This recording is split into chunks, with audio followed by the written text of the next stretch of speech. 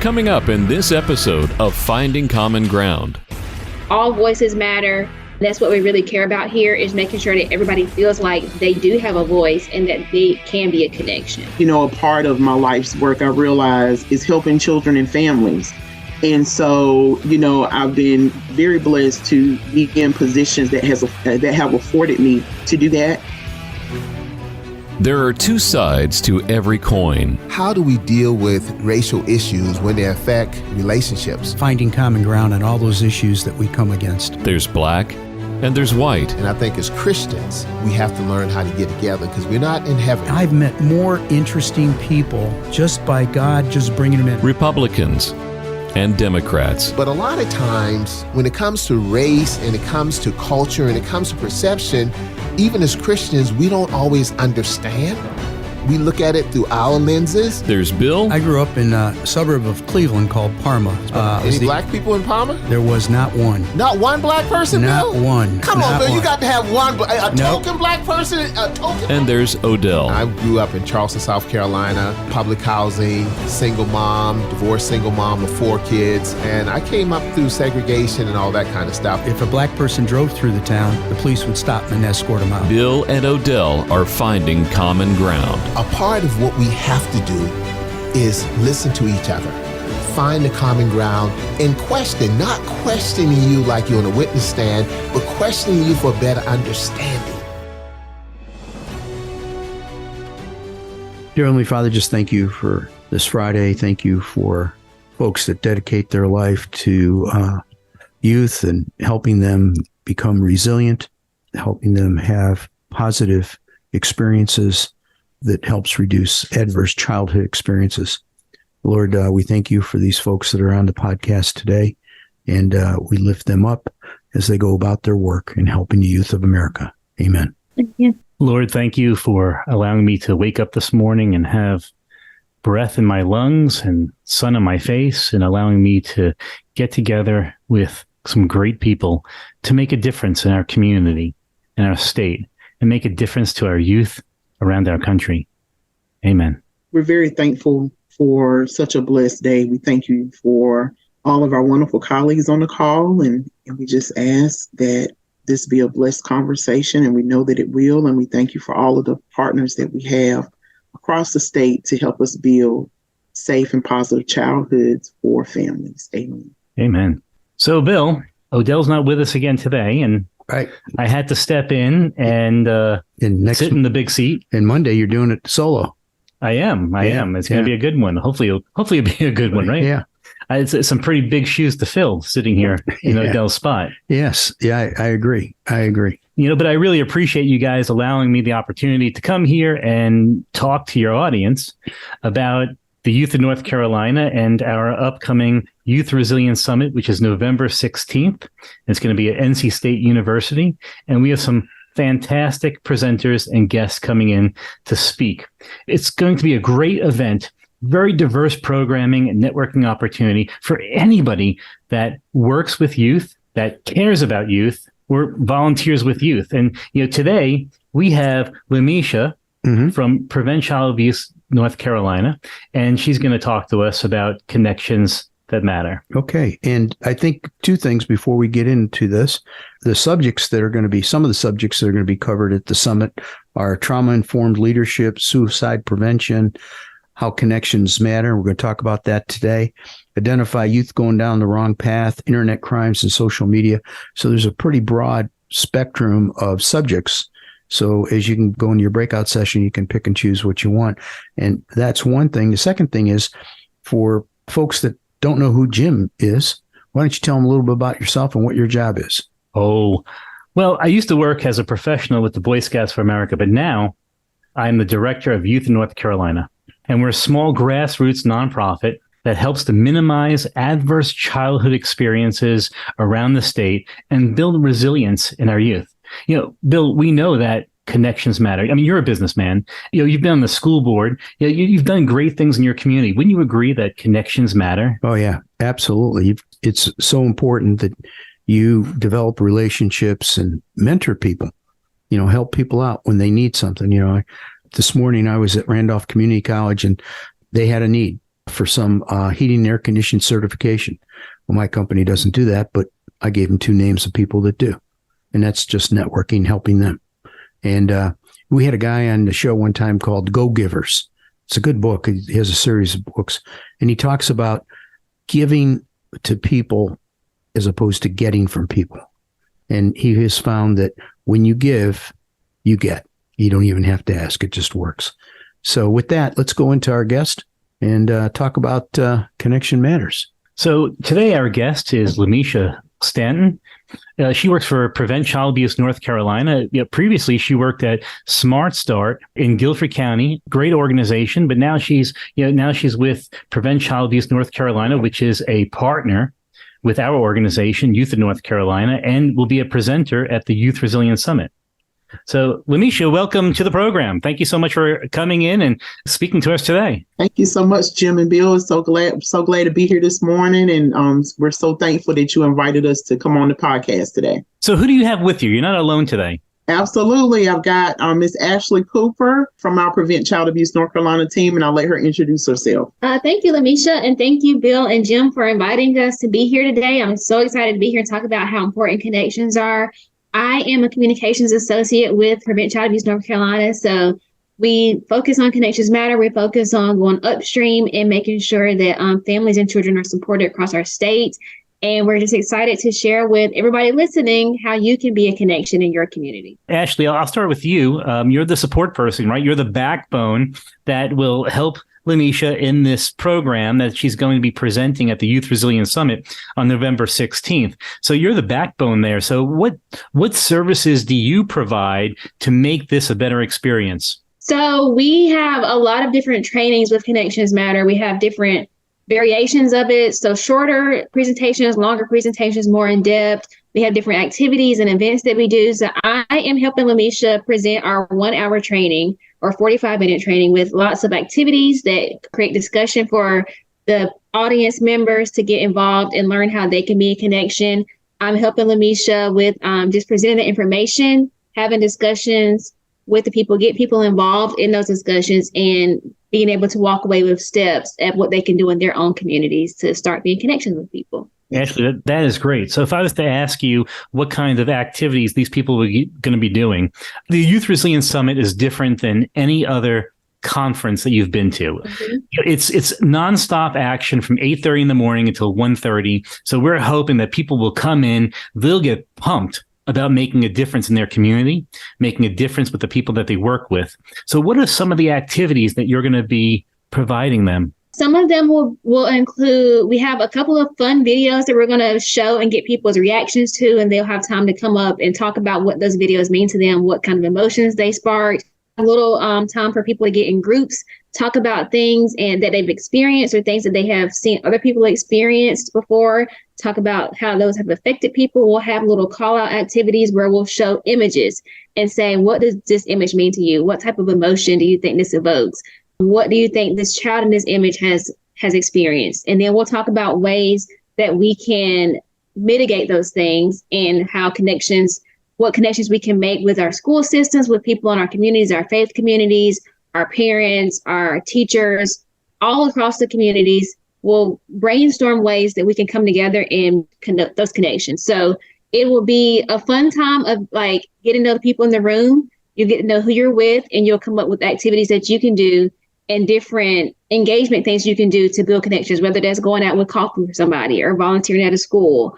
You'll leave with takeaway things and action items you can do to start being connections. So, Lemitia, I'm going to switch over to you because you are the expert. You're the one that people are coming to see and hear from.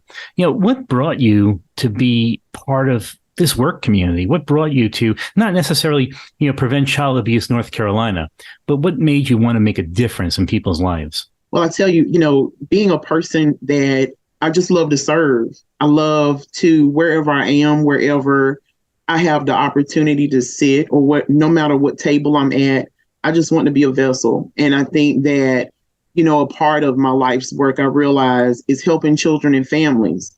And so, I've been very blessed to be in positions that have afforded me to do that. If I'm, serving in the community, if it's, with programs I'm involved with personally or even in my professional life. Even here in Guilford County, I was blessed to be able to serve this community for several years. But then also I realized that it was time for me to take that and I wanted to serve the state. And I'm just so grateful to have that opportunity to serve alongside Ashley, who's also from Eastern North Carolina, where I'm originally from. We were able to take our experiences being from smaller communities, to, where she is in Wake County, where I am here in Guilford, and bring all of that with us to our individual communities. And so we realize, even in our own life experiences, how much connections mattered to us, and how much it meant to our own families to be able to reach out to people and say, hey, we need help. We need assistance. We might need help with food, or we might need help with something where we can turn back and help someone else in our community.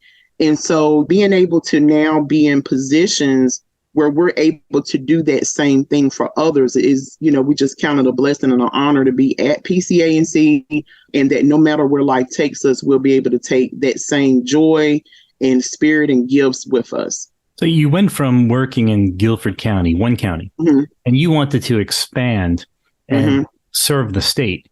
Can you tell me a little bit more about a time when you felt that you really made an impact in somebody's life? Well, I'll tell you, I think about here locally when we were able to put on several family resource fairs. Through experiences like that, I've always felt that it is so impactful when you can take programs in the community and bring them to one place and then invite families there. That is important because families have concerns with transportation. They may not always be able to get to the health department or go to, United Way or different programs. But if we can bring those programs together, no matter what community you live in, and what I found is that, our local nonprofits, agencies, local government programs, they are always willing to serve and always willing to come around and say, hey, what can we do to serve? Everyone's always looking for opportunities to do outreach and community engagement. And so I found that doing activities like that here in Guilford, we have a program called Guilford Parent Academy, for example, through our Guilford County school system that, allows, offers homework help, just something simple for a family. Or we have programs through our Guilford County Department of Health and Human Services, for example, that has a program that services mothers who may not have access to health care. And so they take that and they're able to then serve those families, make sure they get adequate prenatal care. And we know those types of services are being offered all across North Carolina. And so being able to bring those resources directly to families and invite the families to that type of village is so, so vital. And I think both Ashley and I have found it out through our experiences over the past several years. So let me ask a question. The connection matters. Are you familiar with Other Voices that is in Greensboro? I have heard of Other Voices. Yeah, I went through it with my wife went through another class. And, when I heard Other Voices, what does that mean? What does Other Voices mean? Well, what it is, you're hearing someone else's voice. They're the other voice. And I have a voice, you have a voice, Jim does, and Ashley does. But our lenses are all different. And it just allows you to communicate your lens to me. And hopefully I have a platform that is compassionate enough that will listen to you and be empathetic to where your lens is. And not necessarily that I want to change your lens, but I want to understand it. And connections matters. Is it in the same vein? It is. And I think I'll let Ashley definitely come in and hit on any points that I may be missing. But it definitely talks about, one of the things that she mentioned earlier I wanted to highlight is where we're talking about primary prevention of child abuse and neglect, is that from our stance is we're looking at the prevention of child abuse and neglect from an upstream approach. And in doing so, it takes all of our voices together to do that, to provide those protective barriers to child abuse and neglect from everybody in our community. We know everyone in North Carolina is a mandated reporter for child abuse and neglect, But we also like to say, mandated supporter. We need to build and have others in our communities, those other voices joining together on one common goal, and remembering that we want to have healthy, happy childhoods for every child in our state and communities, no matter where they live. Ashley, did you want to hit on anything I might have missed there? Yeah, I was just going to say, you see it on our backgrounds up here, but we focus on nurturing positive childhoods that prevent child abuse in North Carolina. And one thing that we like to say is that we all have a stake in nurturing positive childhoods. So that brings everybody together across the state. It doesn't matter where you come from, doesn't matter where you live, what you've experienced, anything. Everybody can nurture positive childhoods, and anybody can be a connection. Doesn't matter if you are 85 or 15. You can go volunteer somewhere. You can reach out to a family that you know to say, hey, can I support you? Can I just meet with you to talk about you? Can I be a shoulder to lean on? Can I help you, point you to the right direction of a resource that I might know about? Any of us can do that. You don't have to be an expert at anything. All voices matter. That's what we really care about here, is making sure that everybody feels like they do have a voice and that they can be a connection. Lemitia, is there a particular person or a story in your life that was a total mind shift for you being involved in what you do for a living? I would say I have to go back to my roots in Kinston, North Carolina. My family, that is truly at the core of my life. That something that my mother told me at a young age that my grandmother told her when I was born, because I was born with some health challenges, was that Lemitia was born to help people. And that has stuck with me throughout my life. And I realized that through health challenges that I experienced, I was blessed to survive them. And I feel that because I do have that lead of help people, be a vessel, be a blessing, no matter where you are, serve, give, take time for you too, but to give. And that has truly helped to guide me in what I do every day. So born to help people, what a blessing. Mm-hmm. How does that make you feel knowing that you have a calling? It is an honor. I'm just truly blessed. I'm not a person that feels that I've got to be in the spotlight and it's all about me. I've never been that type of person. I'm blessed to have opportunities to share, but I really find joy in serving, being behind the scenes also, just being able to serve. And, I realize that's my life's goal. And I just find so much joy in it. It's an honor. Well, it's an honor to have you with us and joining us today. Amen. I'll second it. Very good. I'm really excited to offer your program at the Youth Resilience Summit, which is on November 16th. And people can get more information at youthofnc.org. It's going to be at NC State University this year. We're so excited to have it hosted. It's such a fantastic university. We're expecting hundreds of people to participate. Awesome. I'm really excited that they're going to be able to take your program and have takeaways that they can implement the next day. And not that I'm looking for you to give out all the secrets of what the program is about today, but can you please, maybe describe to us one thing that people will be able to walk away with and use and implement where they volunteer, where they work the very next day? Well, again, like Ashley said, one of the activities that we look at is community, family, and friends. In each of those areas, we ask them, what is one thing as a result of our presentation or in talking about connections matter and how your voice matters, what you do matters? What is one thing you can take back to each of those three sectors to be a connection? That's one of Ashley and I's, one of our favorite activities that we do, because we get to hear, no matter where that person may work or what they do in life, we realize, as your program is called Common Ground, we all have a common ground and a common goal of serving, and we want to make sure our children and families have the best start at life and have the best life possible so that they can grow and then reach back and give. That's what I would say. Ashley, did you have any other thoughts as well to share about that? I would just say one thing that people I hope that they really will take away from this is that your connections act as a buffer to people who might have experienced adverse childhood experiences, trauma, not good experiences in the past. Changing the mindset and making sure that you can be a connection for somebody can change the path of somebody's life tremendously. No matter what they've experienced, those connections, you be stepping up to be a part of somebody's life. You stepping up to provide somebody with the right resource to get them food. You stepping up to do these things changes the trajectory of people's lives. That's the main takeaway, is that it changes people's brains. Babies' brains develop 80% in the first 3 years of their lives. So if we can step in and be a connection for somebody who might have experienced a traumatic experience, and we can step in and start being a positive connection in their lives are changed forever. So that's one of the things that I think people take away the most from this presentation.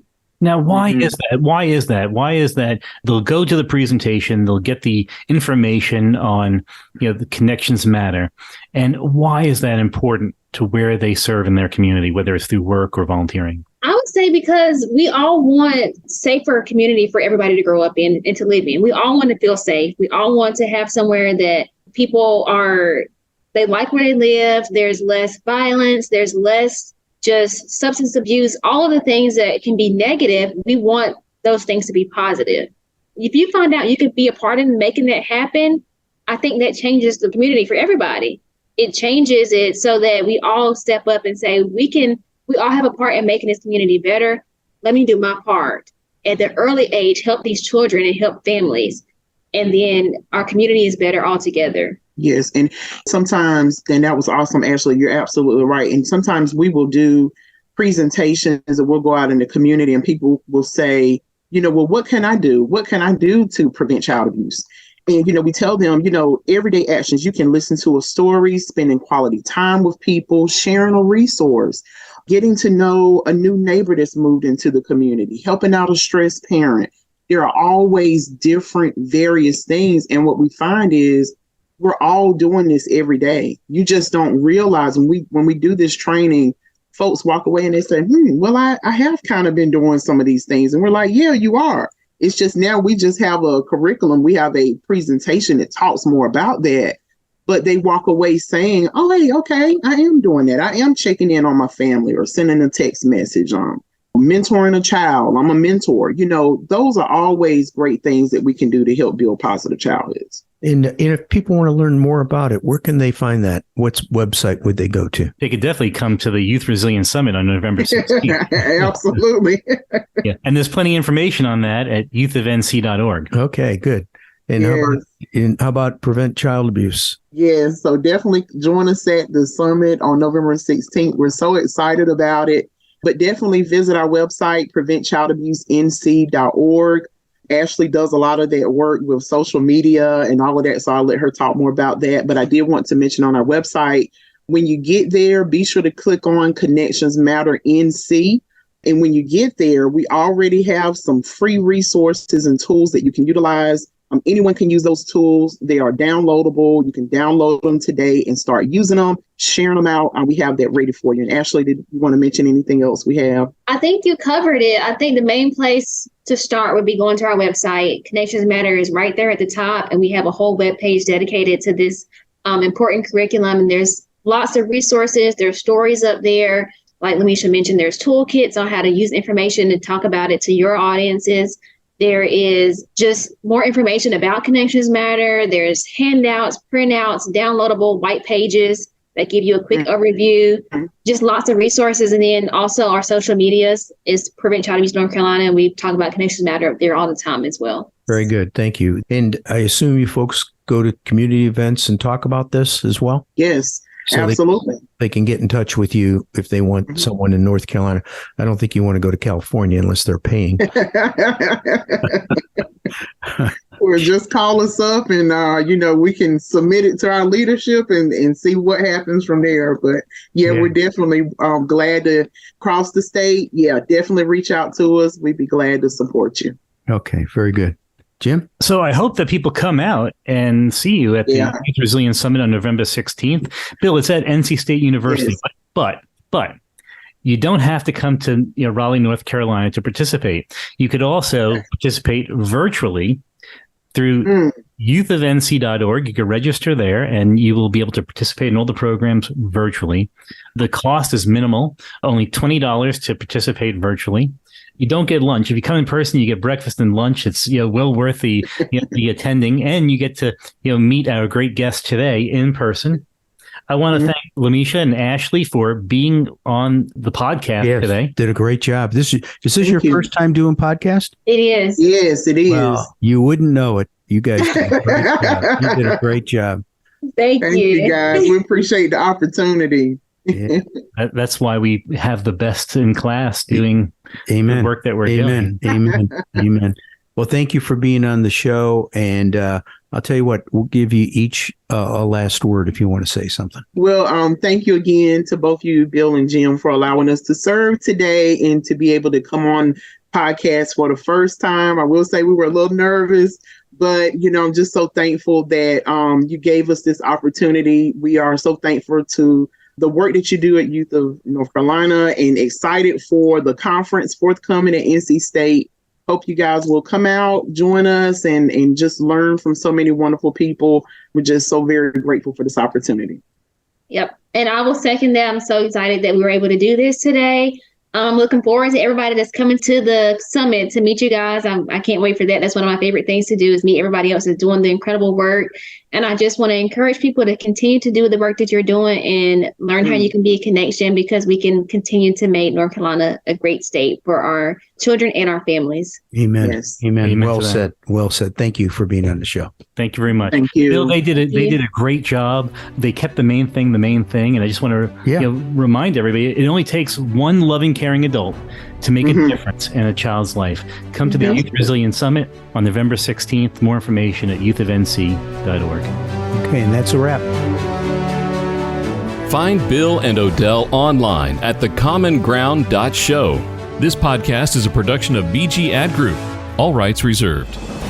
This podcast is brought to you by Yes Weekly, the Triad's largest circulated and best read weekly magazine. You can also find us online at yesweekly.com and on Facebook, Twitter, and Instagram. Yes Weekly, your trusted news leader for local arts, entertainment, music, food, and more for nearly 18 years. Whether you're a big, medium, or small business, managing and growing the bottom line is important. Focus CFO brings the experience and financial acumen of a Fortune 100 chief financial officer to your company at a fraction of the cost. P&L help, internal reporting processes, or any business transitions or events. Focus CFO will help you and your team have a CFO in your company's back pocket. Focus CFO. Learn more at focuscfo.com.